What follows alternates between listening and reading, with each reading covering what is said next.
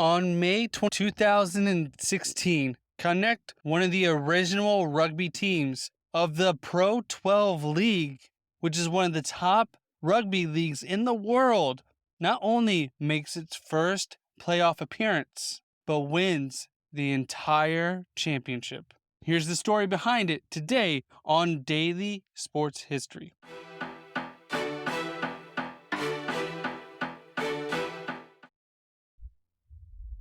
Welcome to Daily Sports History. I'm Ethan Reese, your guide to a rapid deep dive into sports history every day. And today's trivia question is, what country did Connacht's coach, Pat Lam, come from? Now, rugby as a sport deserves its own episode, but we'll give you a brief overview of how it all began and why it's important in the Ireland and England area. It all started back in 1845 when the first laws were written by the students attending the rugby school in Warwickshire, England, which is how it got the name rugby based off the school's name. And every year, the game grew as they played it against local schools, and those schools played against other schools. And as a domino effect, it grew and grew. And now almost 10 million people play the sport today across the world.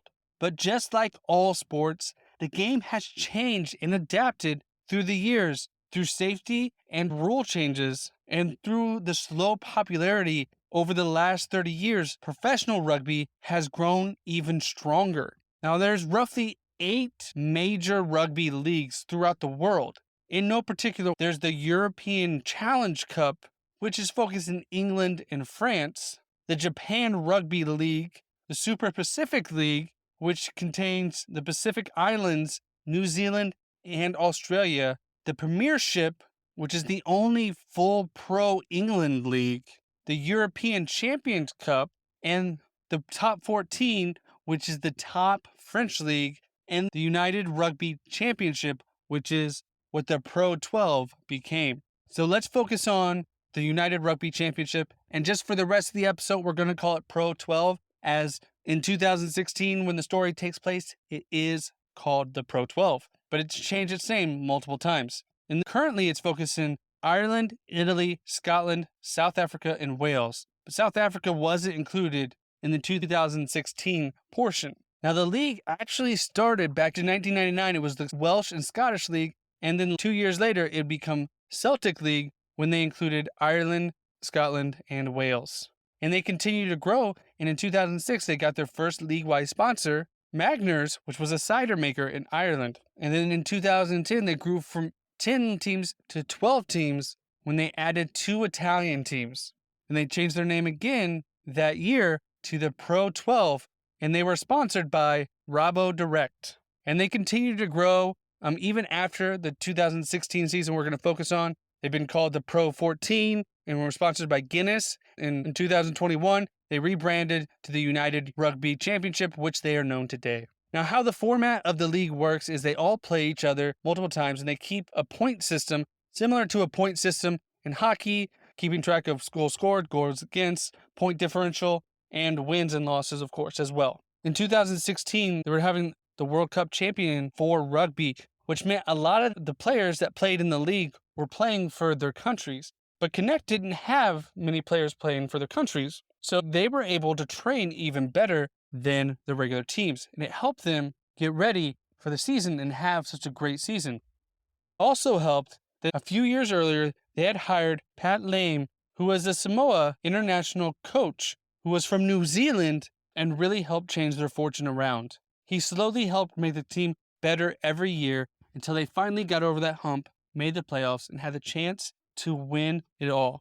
So in 2016, the top 2 teams were Leinster and Connacht. Keep in mind, Leinster was a powerhouse in the league, and Connacht had never made the playoffs before, even though they were one of the original members of the league. But they both finished with 73 points for the season. And there was a 4-team playoffs, where the number 1 seed would play number 4, and number 2 would play number 3. So Leinster played Ulster in the first round of the playoffs, beating them 30-18. And Connacht played the Glasgow Warriors and fought out for a 16-11 win.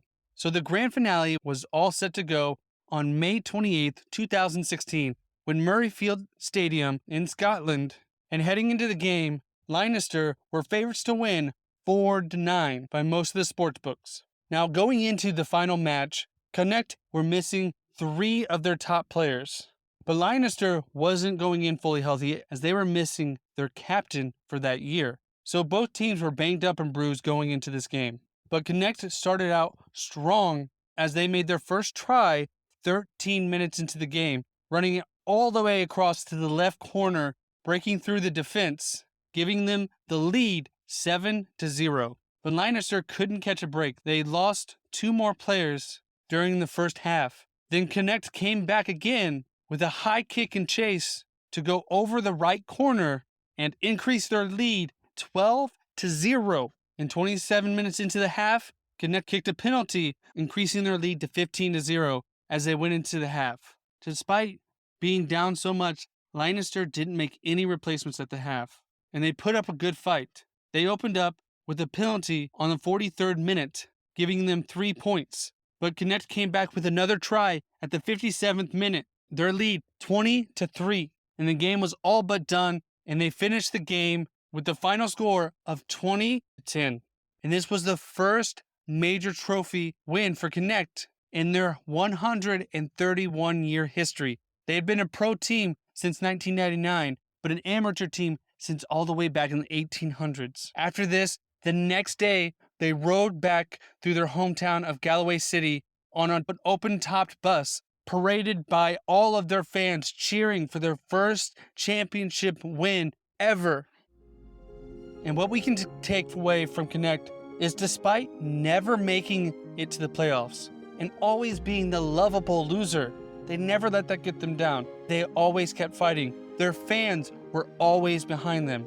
And even without playoff experience, they didn't back down from the situation. Often we are nervous in new situations, but give it your all and you're more likely to succeed, just like Connacht did for their first major championship trophy ever. And maybe you'll get your first trophy as well.